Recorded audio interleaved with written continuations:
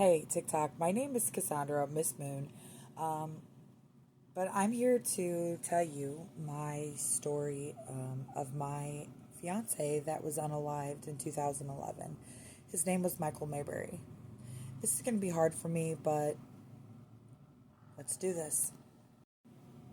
Trigger warning, this is going to talk about murder, um, a lot of abuse, lies. So I just want to give a fair warning now that this is going to touch base on a lot of different situations, and it's definitely a major trigger warning. So, my fiance's name was Michael Kevin Mayberry. His last name is spelled Maybearry. We lived in Jefferson County, Missouri. His birthday was May 17th. I first met Michael whenever I was 14. I was good friends with his older brother, Jeremy, um, at a very young age. So I knew his mother, I knew his brother, and I met him very young. I knew him for 18 years before we ever became a thing together, got together. I was just got out of a bad relationship, abusive relationship for 10 years or plus, and I moved back home to where I grew up. And I got my own apartment, and I had all my children living with me. Michael was released from prison, and like I said, me and my family, my sister, were good friends with his older brother, and him and his older brother come to visit me at my apartment. Michael was no longer a little boy, and I was no longer a little girl, and there was an attraction there. He ended up moving in with me, and we were head over heels. It was like he could finish my sentences. It was like, I could smell what he was stepping in. Like whatever he was putting down, I was picking up. We just complemented each other very well. And I was in such a bad relationship prior, I didn't know what it was like to feel wanted and loved. And he gave me that. Now, remind you, he's a different person than he was before he went to prison. And yeah, he had a rough past. He had involvement in gangs and a lot of bad stuff. His mother was married to someone that was in a biker gang, and his whole family had ties with people like that. So I'm going to start this story at about 2 weeks prior to my Michael passing, so you can get an idea of what's going on. So 2 weeks to Michael passing, he broke his leg, and he was going to need surgery. I also found out in this time of us being together, he started using drugs again. And I was getting really sick of it. And yeah. So a week to the day of his passing, I left and I went to go stay in the town of where my kids' father lived, which was about 5 hours away from where I lived. Because I was so tired of his crap that I wanted to try to give him a wake-up call to get sober, because he said he was going to, and to realize that he's about to lose his family and the person that he loved. While I was gone, he was staying with a friend named his name was Jimmy. That's his real name. His name was Jimmy. Staying with a friend, and,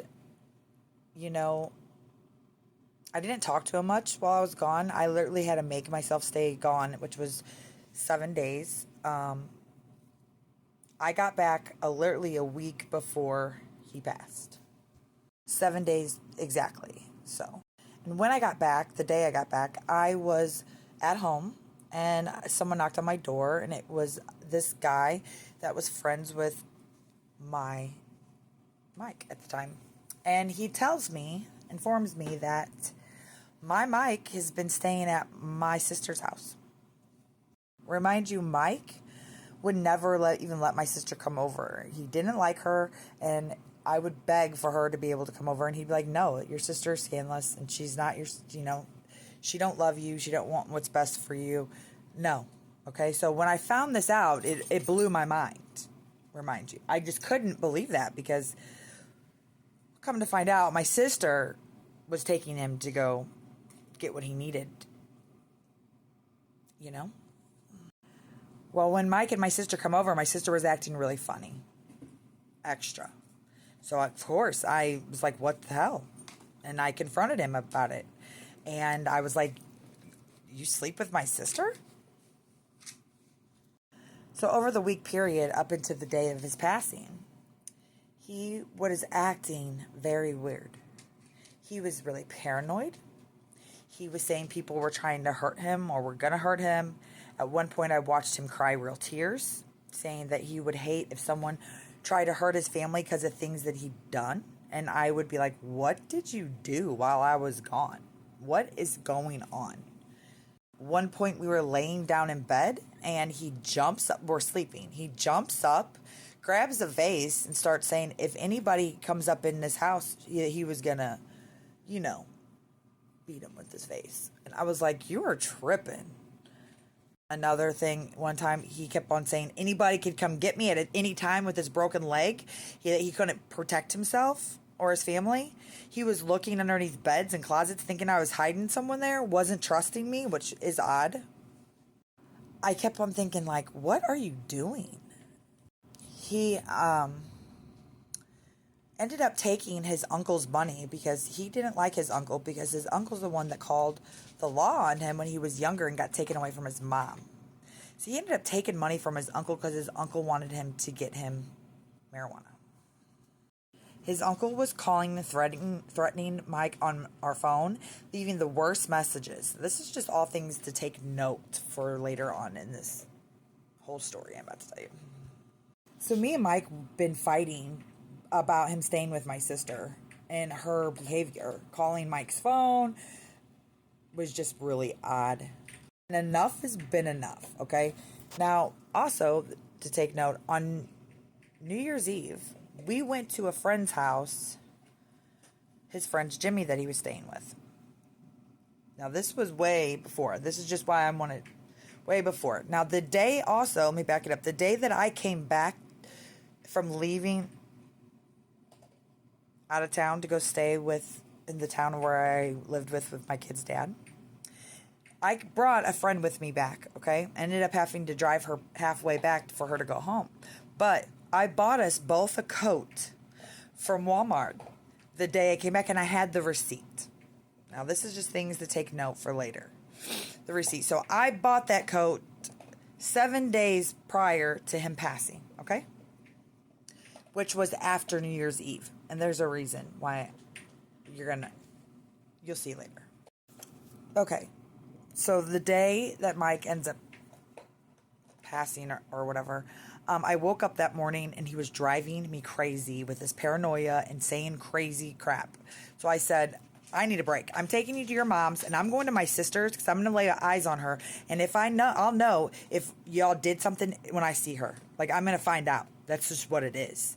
So I take him to his mom's and I drop him off and I go to my sister's house. Sure enough, I get there and it's just wrote all over her face. And there's somebody there that been there the whole time Mike was there too. And I asked the dude to go with me to get cigarettes. When we leave to get cigarettes, I asked him straight up. I said, do you know about Mike and my sister? Did they do anything? And I'm crying and I'm like, I need to know the truth. Well, he ends up telling me the truth. Well, I'm like, you're calling Mike and you're going to put him out there. So he calls Mike and he tells him, yeah, you're DEAD, okay? But what he meant was not really physically. He meant like, you're caught. I take him back to where he lives, which is South St. Louis. And when I get back from there, I go to Mike's mom's where I dropped him off, like for part 2.